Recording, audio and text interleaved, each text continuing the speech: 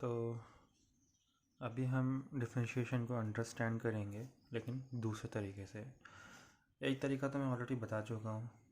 अभी ग्राफिकल या फिर कर्व के मेथड से, ग्राफ के मेथड से डिफरेंशिएशन क्या होता है वो समझते हैं इन अ ग्राफिकल वे। तो शुरू करने से पहले मैं ये बताना चाहूँगा कि बच्चों को कि हर फंक्शन का एक ग्राफ होता है, एक कर्व होता है। ग्राफ और कर्व एक ही चीज़ है। फॉर एग्ज़ाम्पल, ज़्यादा डिटेल में नहीं जाएंगे, बस मैं आइडिया दे रहा हूँ। जैसे कि अगर ये एक्स एक्सिस है और ये वाई एक्सिस है, तो एक स्ट्रेट लाइन ड्रॉ कर दी इस तरीके से, तो ये ग्राफ होता है आपका y इक्वल टू एक्स का। y इक्वल टू एक्स का ग्राफ कुछ ऐसा होता है। और कुछ लोग कर्व बोलते हैं, मैं ग्राफ बोल रहा हूँ। कुछ लोग कर्व कर्व CURV ये वर्ड यूज़ करते हैं, y इक्वल टू एक्स का कर्व। सिमिलरली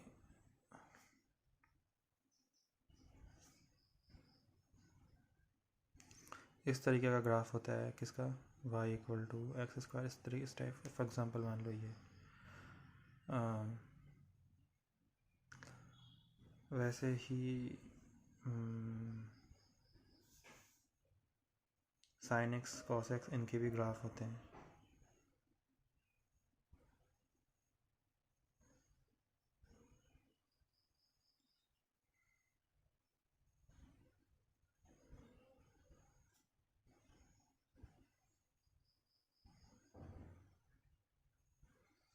तो ये एक्स एक्सिस है, ये वाई एक्सिस है। तो ये किसका ग्राफ है? ये ग्राफ है y equal to sine x. Sine x function का ग्राफ है ये। तो बेसिकली मैं ये बताना चाह रहा हूँ कि हर फंक्शन का कुछ ना कुछ ग्राफ होता है, ठीक है। अब ये ग्राफ ऐसा क्यों होता है, कैसे बनता है, वैसे ये तो उसके लिए तो मैथ्स में जाना पड़ेगा डिटेल में। वहाँ हम अभी नहीं जाएंगे, वहाँ तब जाएंगे जब जाने की ज़रूरत होगी मैथ्स की क्लास में। ठीक हो गया। तो ये बात तो तुम लोग को समझ में आ गई होगी। अब डिफ्रेंशिएशन का मतलब क्या है ग्राफ के केस में। तो देखो, सब मतलब ये है, सपोज कोई फंक्शन है,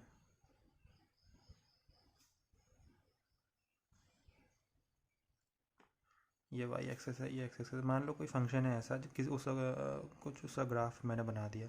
सपोज किसी फंक्शन का ग्राफ ऐसा है, फॉर एग्जांपल किसी फंक्शन का ग्राफ है ये।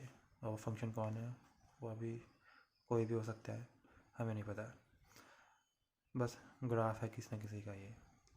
तो सपोज ये पॉइंट है,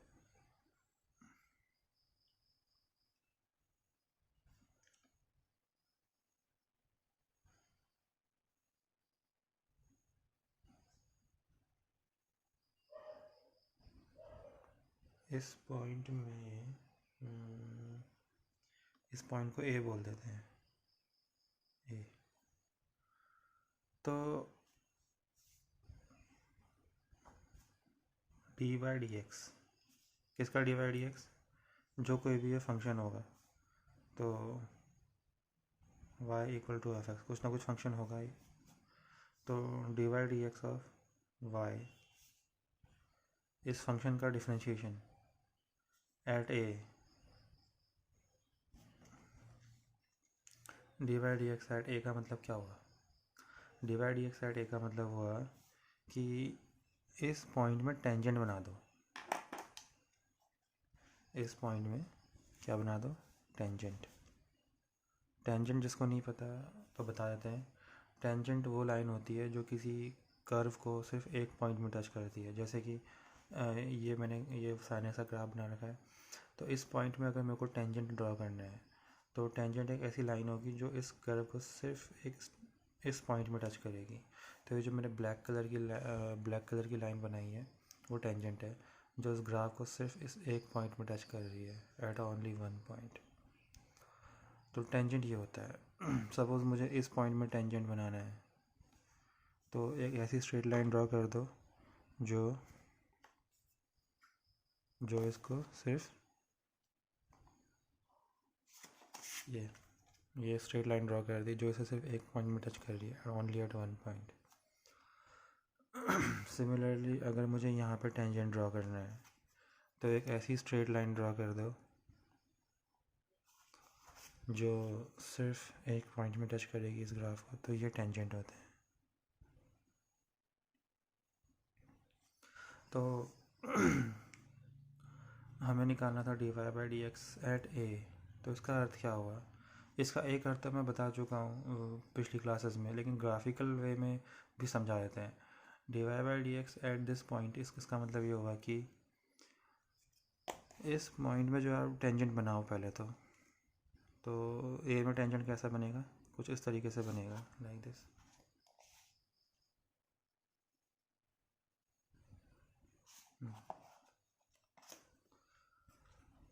तो इस टेंजेंट का जो स्लोप होगा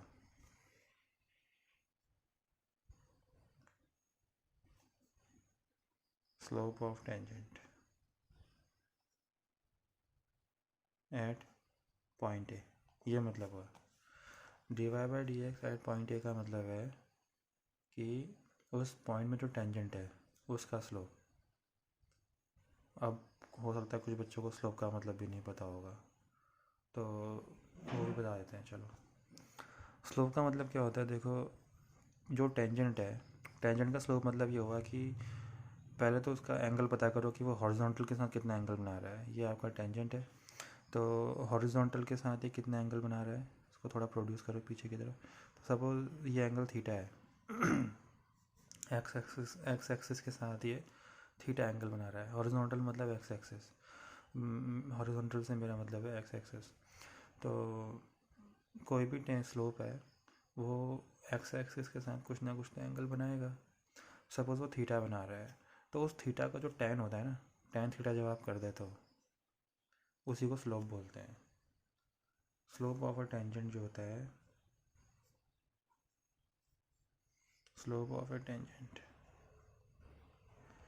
टेंजेंट बोलो या लाइन बोल लो, सभी के लिए वो टैन थीटा होता है।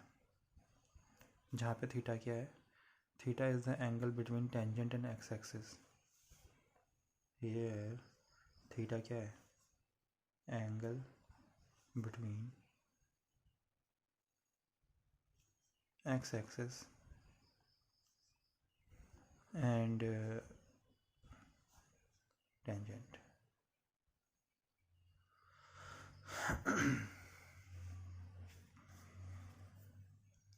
तो dy by d x at point A का मतलब क्या है कि जो कर्व है उसमें जो पॉइंट ए है उसमें जो टेंजेंट बना लो पहले, तो उस पॉइंट ए में जो टेंजेंट बन रहा है उसका जो स्लोप की वैल्यू होगी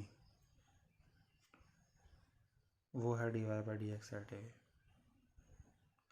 अब ऐसा क्यों होता है? तो उसके लिए थोड़ी मैथ्स इन्वॉल्व है, इसमें थोड़ी मैथमेटिक्स इन्वॉल्व हो जाएगी, तो वो भी चलो बता देंगे। लेकिन जिसको पहले तो यहाँ तक समझ लो।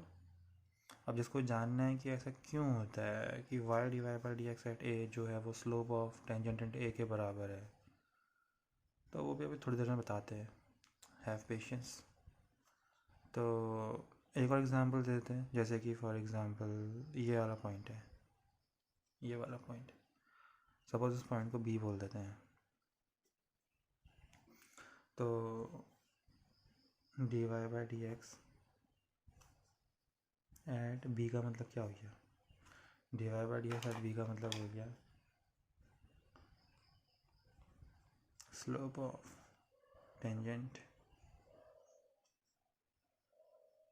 Eight B. मतलब कि बी पे टेंजेंट ड्रॉ करो, ये मैंने ड्रॉ किया बी पे टेंजेंट। तो ये बी का जो टेंजेंट है वो भी एक्स एक्सिस के साथ कुछ ना कुछ एंगल बना रहा है।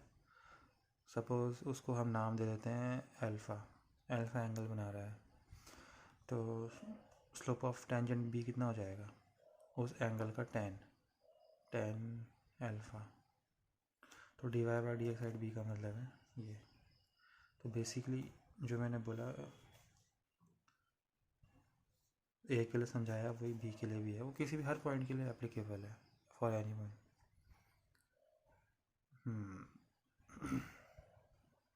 तो कहने का अर्थ क्या होगा? कहने का ये अर्थ ये होगा कि d y by d x at a point equals to slope of a tangent at a point।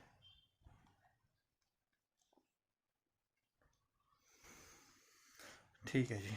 तो क्या क्या बता दिया हमने? ये बता दिया कि हर फंक्शन का कुछ ना कुछ कर्व होता है, ग्राफ होता है, और d y by d x की ये का अर्थ क्या होता है इन अ ग्राफिकल वे।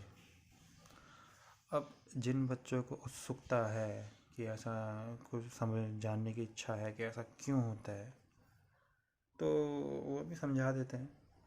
समझ में आ गया तो ठीक है, नहीं आया तो इतना समझ लो फ़िलहाल। जब मैथ्स की क्लास में बताएंगे तो और डिटेल में बताएंगे क्यों होता है, तब समझ लेना। जिसको और जिसको समझ में आ जाएगा तो अच्छी बात है, जिसको नहीं समझ में आएगा तो वो इतना मेमोराइज़ कर ले, काम चल जाएगा उसका भी। वरना मैथ्स की क्लास में तो मैं डिटेल में बताऊंगा ही कि ऐसा क्यों होता है। फिर भी मैं थोड़ा आइडिया दे देता हूँ ऐसा क्यों होता है। तो ये किसी फंक्शन का ग्राफ है। वो फंक्शन कौन है उससे हमें मतलब नहीं है होगा कोई भी। तो ये एक्स एक्सिस है और ये वाई एक्सिस है। तो सपोज़ मैंने इसमें एक पॉइंट ए ले लिया। तो जब मैं बोलता हूँ कि d y by d x at a, तो इसका मतलब क्या हुआ? इसका मतलब ये हुआ, याद करो जो मैंने d y by d x का मतलब समझाया है पहले के लेक्चर्स जो हुए हैं उनमें, कि अगर हम एक्स में छोटा सा बदलाव करेंगे, सपोज़ इस पॉइंट ए में जो एक्स, ये जो यहाँ पे जो वैल्यू वो एक्स है, और इसका जो वाई कोऑर्डिनेट है इस पॉइंट ए का वो वाई है। तो इस पॉइंट के कोऑर्डिनेट कितने हो जाएंगे? एक्स कॉमा वाई, ये कोऑर्डिनेट हो गए पॉइंट ए के। तो इस फंक्शन में y equal to f x में जब हम x पुट करते हैं तो वैल्यू y आ रही है, राइट। तो d y by d x का मतलब क्या था? डिवाइडेड बाई डी एक्स का मतलब ये था कि अगर हम x में बदलाव करें, चेंज करें, तो सपोज़ मैंने x में जो चेंज किया वो इतना कर दिया,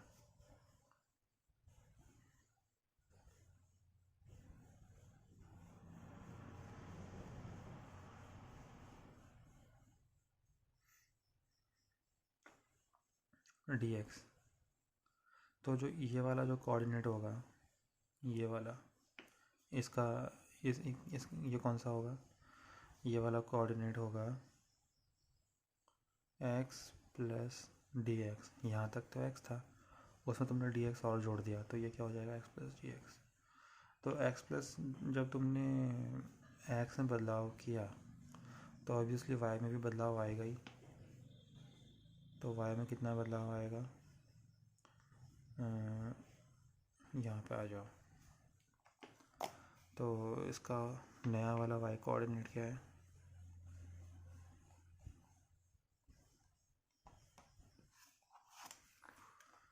ये रहा, पहले y ये था। जैसे तुमने x में चेंज किया dx का, तो y में भी बदलाव आ गया। कितना? इतना बदलाव आ गया। उस चेंज को हम dy बोल देते हैं। तो ये वाला कोऑर्डिनेट कितना हो जाएगा? y plus dy। यहाँ तक तो y था, उसमें dy जोड़ दिया, तो यहाँ से जी ये तो ओरिजिन है, तो ये कितना हो जाएगा y प्लस डी वाई। तो इस पॉइंट के कोऑर्डिनेट कितने हो जाएंगे, इस पॉइंट को b बोल देते हैं, इस पॉइंट के कोऑर्डिनेट हो जाएंगे x प्लस डी एक्स, ये इसका x कोऑर्डिनेट, और इसका y coordinate y plus d y. ठीक है, तो जब हमने x में बदलाव किया dx का, तो y में बदलाव आ गया dy का।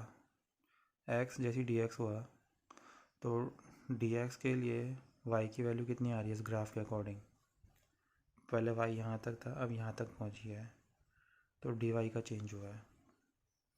तो उसी dy अपॉन dx को हम dy बाई dx बोलते हैं, है ना। तो dy बाई dx की डेफिनेशन क्या थी कि dx की जो वैल्यू है वो बहुत छोटी होनी चाहिए। एक ये बात भी तो थी, एक ये पॉइंट भी तो था। dy बाई dx जब मैंने समझाया था तो उसमें एक चीज़ और बताई थी कि जो dx है वो जीरो को अप्रोच करना चाहिए, इतना छोटा होना चाहिए कि वो जीरो के क्लोज हो। तो अब खुद इमेजिन करो, जब मैं इस dx की वैल्यू को छोटा करते चले जाऊँगा, अभी dx इतना बड़ा है, दिख रहा है तुम्हें, काफ़ी बड़ा है, तो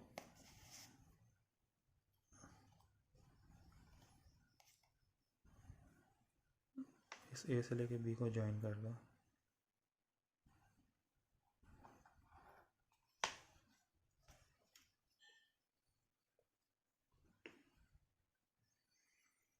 तो जब dx इतना बड़ा है तो dy बाई dx अभी फ़िलहाल कितना हो जाएगा, चेंज इन y में कितना बदलाव आया dy और dx। तो ध्यान से देखो dy बाई dx है क्या है इसमें, dy बाई dx इसमें क्या है, इसका स्लोप, इस line slope of line A B.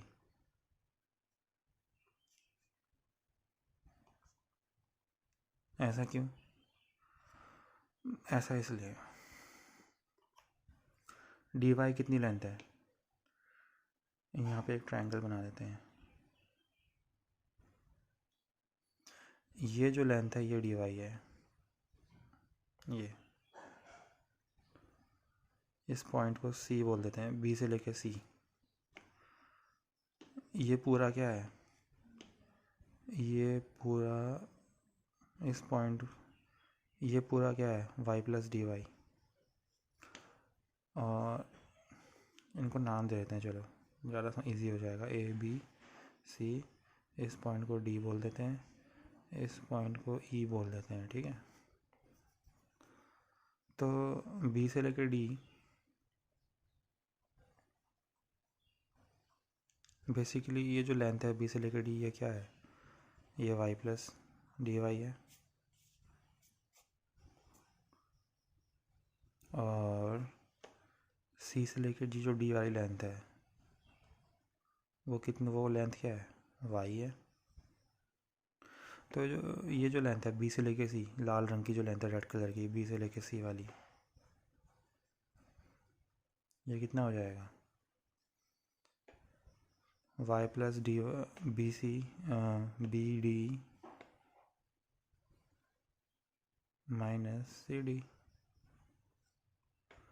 तो कितना हो जाएगा ये, बी डी कितना है तुम्हारा y प्लस डी वाई,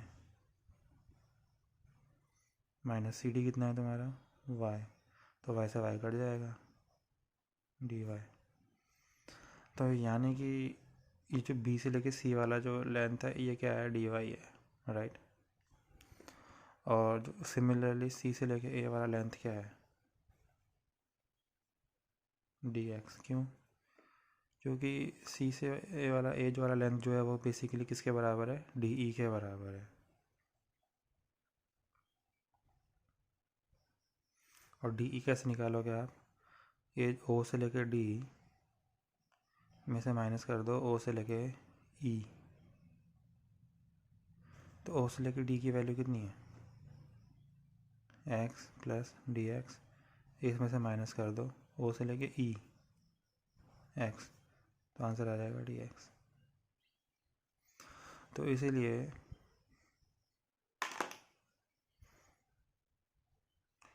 जो बी से लेके सी है वो लेंथ बराबर है डी वाई के, और जो सी से लेके ए है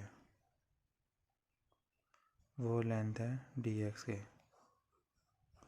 और ये एंगल कितना है 90 डिग्री। तो ये राइट ट्रायंगल है। तो एक राइट ट्रायंगल है, ये एक राइट ट्रायंगल बन गया जिसमें ये वाली लेंथ डी वाई को रिप्रेजेंट कर रही है, ये वाली लेंथ डी एक्स को रिप्रेजेंट कर रही है, और ये जो है कुछ एंगल है जो वो हॉरिजॉन्टल के साथ बना रहा है। ये कुछ एंगल होगा ना जो ये हॉरिजॉन्टल के साथ बना रहा है, यानी कि एक्स एक्सिस के साथ। तो d y by d x क्या हो गया, परपेंडिकुलर अपॉन बेस। तो d y by d x कितना हो गया, tan थीटा।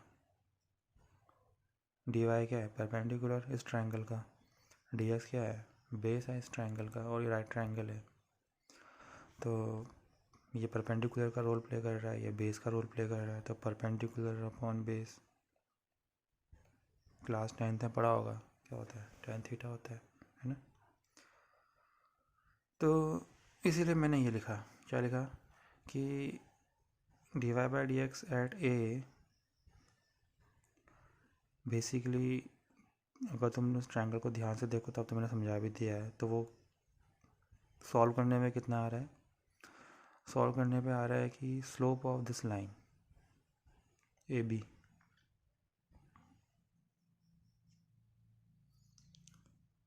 अब ये तो तब की बात थी जब डी एक्स काफ़ी बड़ा है, अभी वो ज़ीरो को अप्रोच नहीं कर रहा है। साफ दिख रहा है कि डी एक्स मैंने काफ़ी बड़ा ले रखा है इस केस में, अभी वो छोटा वैल्यू नहीं है। अब खुद इमेजिन करो, जैसे जैसे मैं डी एक्स को छोटा करते चले जाऊँगा, अभी डी एक्स इतना है तो डी वाई इतना है। अगर मैं डी एक्स को बहुत छोटा ले आऊँ, फॉर ये मैंने बनाया ग्राफ, फिर से समझे, दूसरे ग्राफ में समझाते हैं। ये था कर्व, ये था ए, यहाँ पे इसकी वैल्यू x है। अगर मैं डी एक्स इतना बड़ा ना लेके छोटा सा ले लूँ, इतना सा छोटा सा चेंज कर लूँ x में, तो नया पॉइंट जो है b वो इतने दूर नहीं मिलेगा, वो काफ़ी नज़दीक मिलेगा।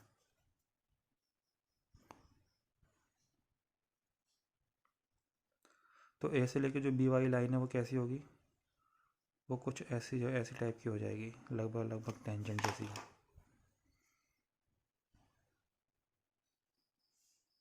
ए से लेके बी, जब डी एक्स की वैल्यू बढ़ी है तो जो बी पॉइंट है वो ए से काफ़ी दूर है, ठीक है।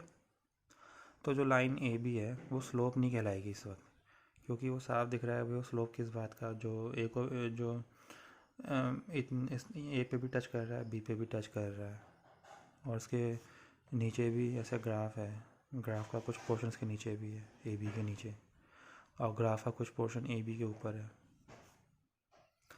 तो जैसे जैसे अगर मैं डी एक्स को छोटा करता चला जाऊँगा तो वैसे वैसे जो बी है वो ए के क्लोज आते हुए चला जाएगा। अगर डी एक्स बहुत लंबा है, मान लो अगर डी एक्स की वैल्यू इतनी बड़ी है, तो फिर जो बी पॉइंट मिलेगा मेरे को काफ़ी दूर मिलेगा। उस केस में फिर ए और बी का जो लाइन होगा वो स्लोप जैसा नहीं दिखेगा। अगर मैं बी डी एक्स की वैल्यू छोटी कर दूँ इतनी, तो फिर जो बी पॉइंट है मेरे को बी पॉइंट थोड़ा करीब आ जाएगा ए के, बी पॉइंट ए के करीब आ जाएगा। अगर मैं डी एक्स और छोटा कर दूँ, एक्स और कम चेंज लाऊं, तो फिर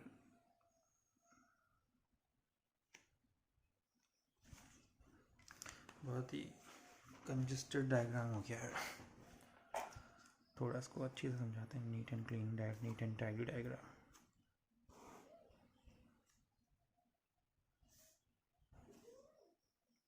इस तरीके से एक कर्व है।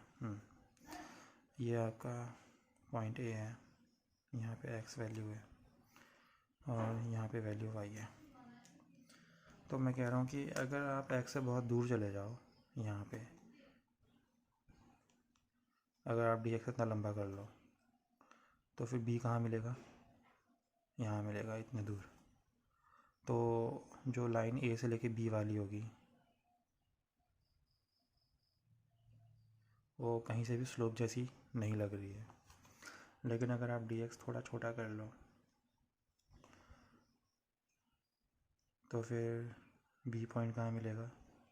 नज़दीक आ जाएगा थोड़े। पहले बी इतने दूर था ए से, अब बी इतने दूर। तो जो लाइन है वो जो लाइन ए बी है, वो अभी भी स्लोप जैसी नहीं लग रही है। अगर आप डी एक्स थोड़ा और छोटा कर लो,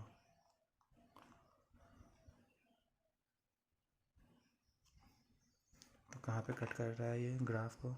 इस पॉइंट में। तो ये बी हो गया, तो बी और नज़दीक आ गया, ए के लगभग बहुत नज़दीक आ गया है।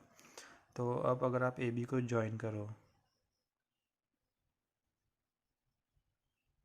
तो जो ये लाल रंग की जो लकीर है, ये काफ़ी हद तक टेंजेंट के नज़दीक पहुंच गई है, टेंजेंट जैसी दिखनी शुरू हो गई है।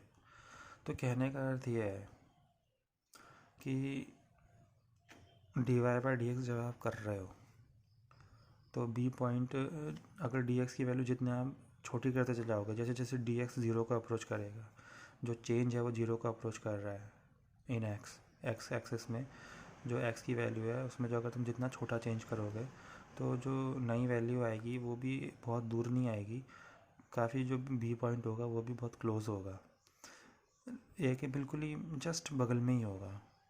तो एट दैट केस जो जब तुम लाइन ए बी को ड्रॉ करोगे, तो वो टेंजेंट जैसा ही हुआ ना, टेंजेंट एट दिस ग्राफ। तो वही मैं बताना चाह रहा हूँ। तो इसीलिए d y by d x slope of line A B, यहाँ तक तो हम पहुँच गए थे कि d y by d x basically क्या है? टेन थीटा के बराबर है, tan theta slope of line A B. तो जब डी एक्स की वैल्यू बहुत क्लोज हो जाएगी ज़ीरो के, तो ए बी, ये जो लाइन ए बी है, ये क्या बन जाएगी? टेंजेंट बन जाएगी। तो यही तो मैंने बताया सबसे बिगनिंग में कि d y by d x at a का मतलब क्या होगा? Slope of line, slope of tangent.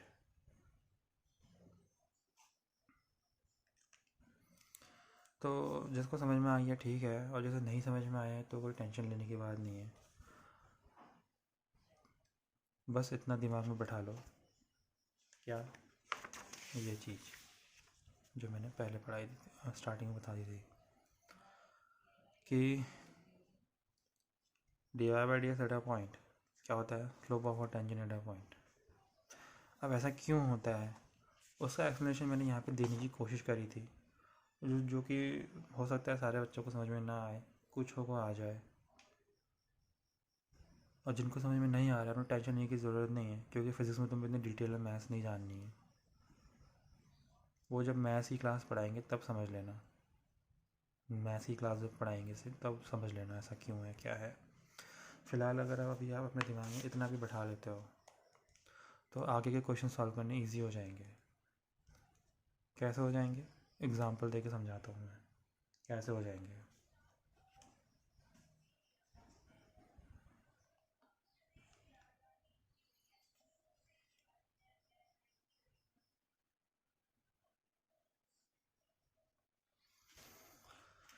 तो ये क्वेश्चन है, इसमें एक कर्व ड्रॉ कर रखा है और हमें बताना है कि इस कर्व की मदद से हमें बताना है कि dy बाई डी एक्स कितना होगा at x equal to 2, at x equal to 6, at x equal to 10। ये एक्स एक्सिस है, ये वाई एक्सिस है। तो x इक्वल टू 2 पे भाई क्या होगा dy बाई डी एक्स, तो मैंने आपको बता दिया। x इक्वल टू 2 पे देखो कौन सा पॉइंट लाई करता है ग्राफ में, तो ये जो कर्व है इसमें x इक्वल टू 2 पे पॉइंट a लाई करता है।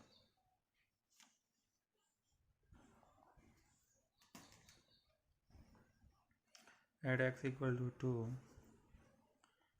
Point a lie on a graph।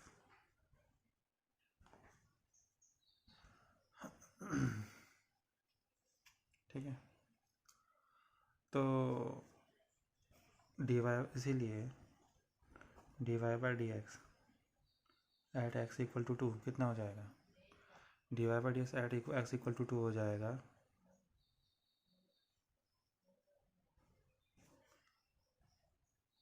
Slope of tangent at A पे टेंजेंट ड्रॉ कर लो।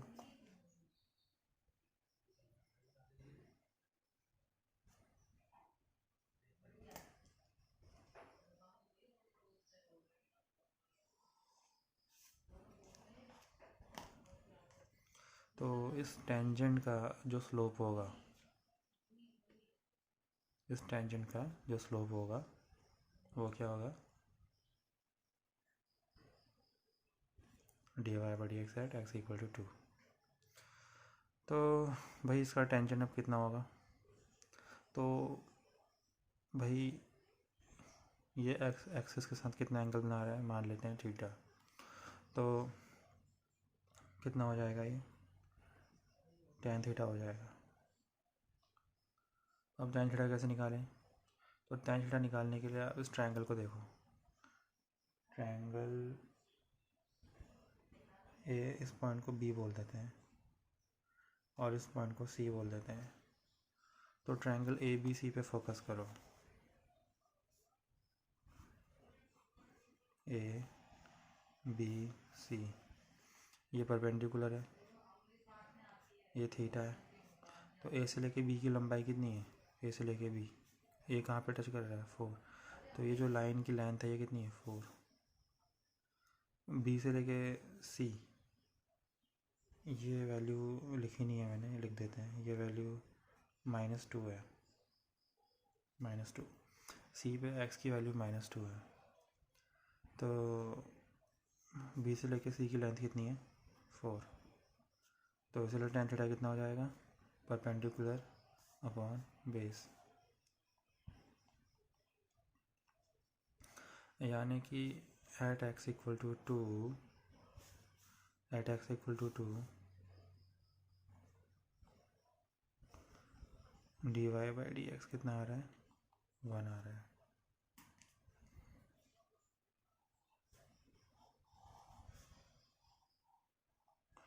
तो कुछ क्वेश्चंस ऐसे होते हैं जहाँ पे d y by d x calculate करने की ज़रूरत पड़ जाती है, नौबत आ जाती है, लेकिन ग्राफ की मदद से।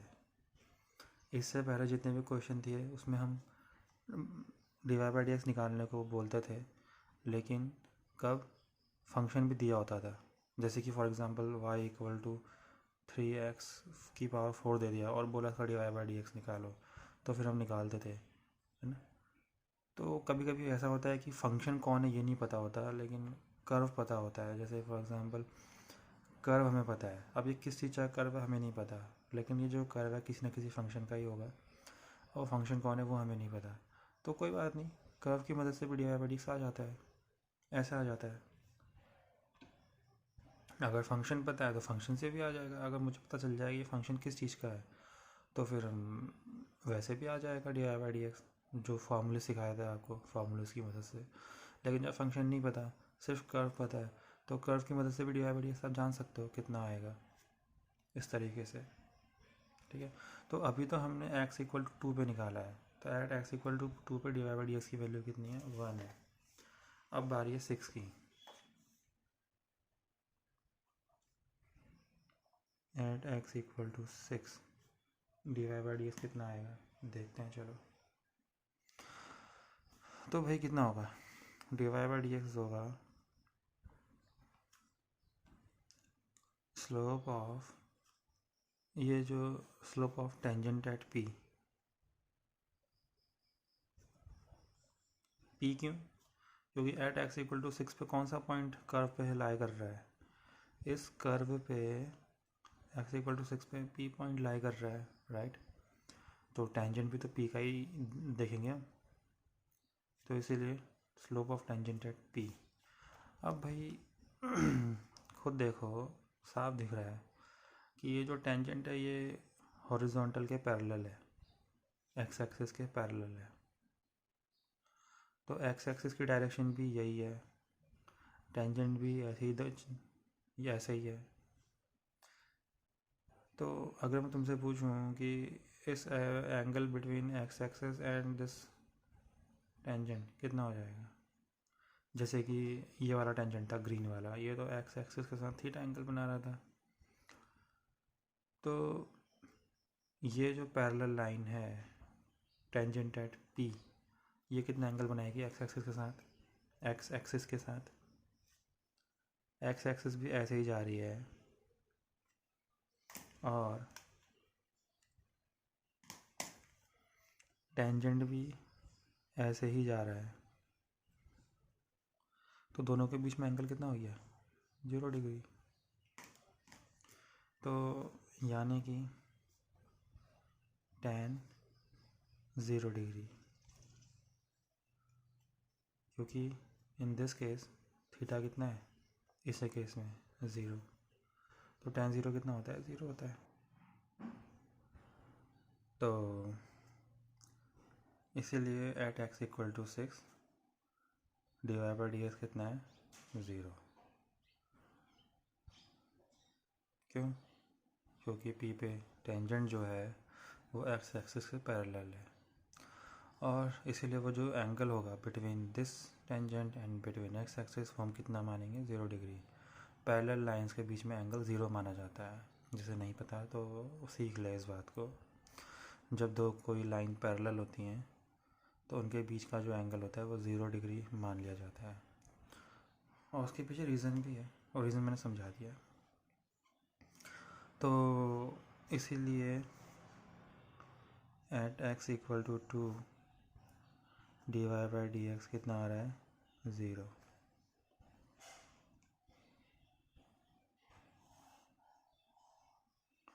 अब सॉरी 2 नहीं, at x equal to 6, x x equal to 6। अब 10 के लिए करते हैं, और 10 तो जब x की वैल्यू 10 है तो कौन सा पॉइंट लाई कर रहा है ग्राफ में, ये वाला पॉइंट D, तो D पे टेंजेंट ड्रॉ कर लो, D पे टेंजेंट ड्रॉ कर लेते हैं, ये रहा। तो D पे जो टेंजेंट ड्रॉ किया है हमने वो कैसा है, रेड कलर का जो ड्रॉ कर रखा है वो है। तो at x equal to 10 d y by d x कितना हो जाएगा, slope of tangent at point D। अब ये कैसे कैलकुलेट करेंगे, तो भाई ये कितना एंगल बना रहा है एक्स एक्सिस के साथ, तो एक्स एक्सिस के साथ जो ये स्लोप है, जो ये टेंजेंट है, ये इतना एंगल बना रहा है जो यहाँ पे लिखा हुआ है। सपोज इसको हम बोल देते हैं θ1, बोल देते हैं θ1। तो ये कितना हो जाएगा, tan θ1।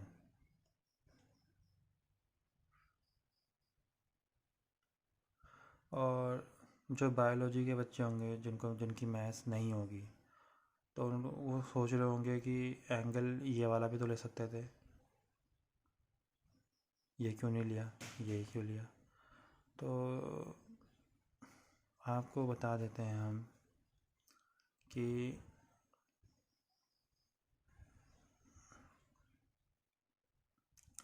ये एक्स एक्सिस है, ये कोई लकीर है, कोई लाइन है फॉर एग्ज़ाम्पल, तो ये लाइन एक्स एक्सिस के साथ कितना एंगल बना रही है, तो एंगल हमेशा जो है एंटी क्लॉकवाइज डायरेक्शन में लिया जाता है, एंटी क्लॉकवाइज डायरेक्शन।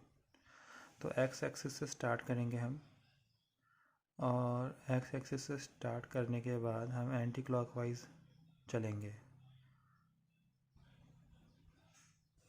अगर तुम बोलोगे ये वाला एंगल क्यों नहीं लिया, तो इस वाले एंगल के लिए हमें क्या करना पड़ेगा, क्लॉकवाइज चलना पड़ेगा।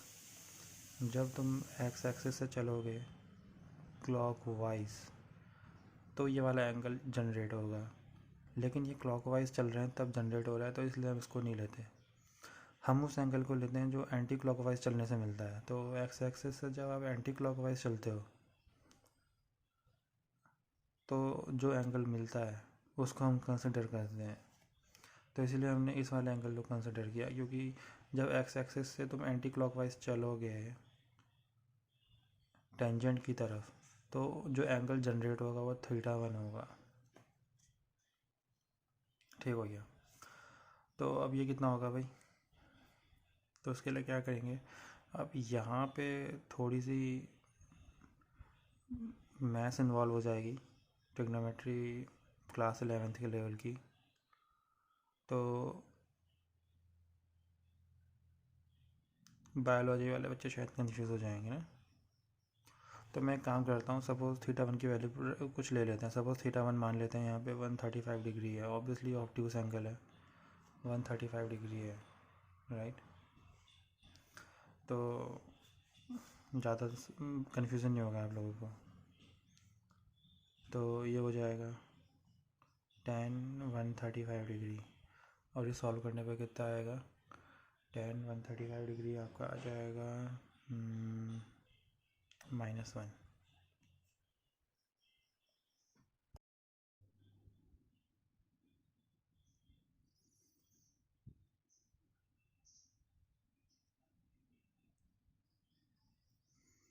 So this is your answer. At x equal to 10, dy by dx कितना है, -1।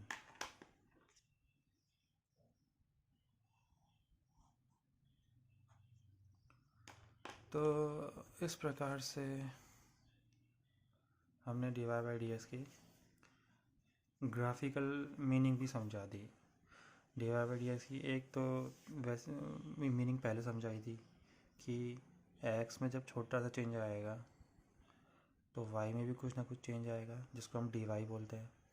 तो उस dy y में जो चेंज है dy, और जो x में जो चेंज है dx, उसके रेशियो को dy by dx बोलते हैं। एक तो ये समझाया, और ग्राफिकल मेथड से हमने ये समझा दिया कि किसी भी जो dy by dx है वो क्या है, dy by dx eight a point जो है, उस पॉइंट में जो टेंजेंट बन रहा है उसका स्लोप। तो ये बात भी पता होनी चाहिए थी।